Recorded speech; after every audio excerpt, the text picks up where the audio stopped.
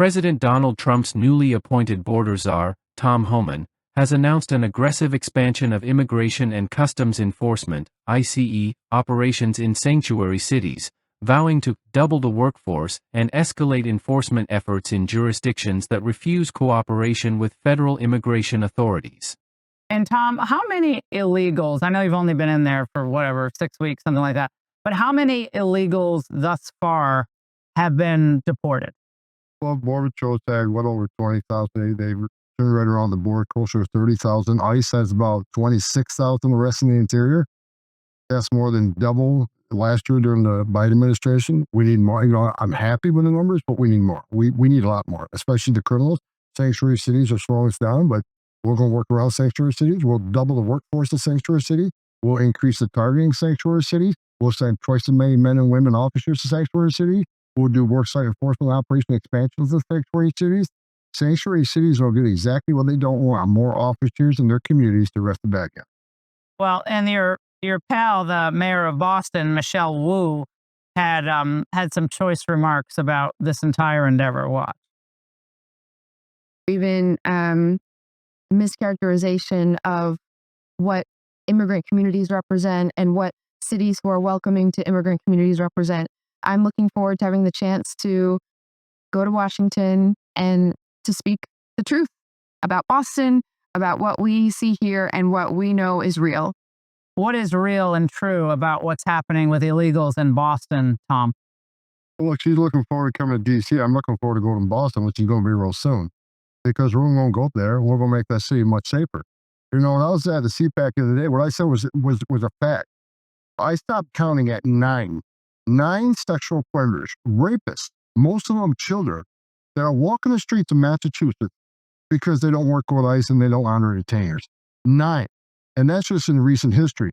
So, and how many times do these child rapists reoffend from the time they released them in the jail and by the time we found them in the streets in the neighborhoods?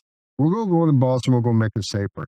President Trump made a promise to the American people: we're going to make the community safer. We're going to decrease illegal alien crime to 0. And that's exactly what we're going to do. Boston can help her get the hell out of the way because we're coming. She's not going to stop us. We're going to make Boston safer. Again, I can't overemphasize 9 child rapists. We took off the street. We made Massachusetts safer, not her. In an exclusive interview with Fox News, Homan detailed ICE's immediate plans to bolster its presence in cities such as Boston, New York, and San Francisco, where local policies limit law enforcement cooperation with federal immigration agencies. We're doubling the workforce of sanctuary cities, increasing targeting, worksite enforcement, and operational expansions, Homan stated.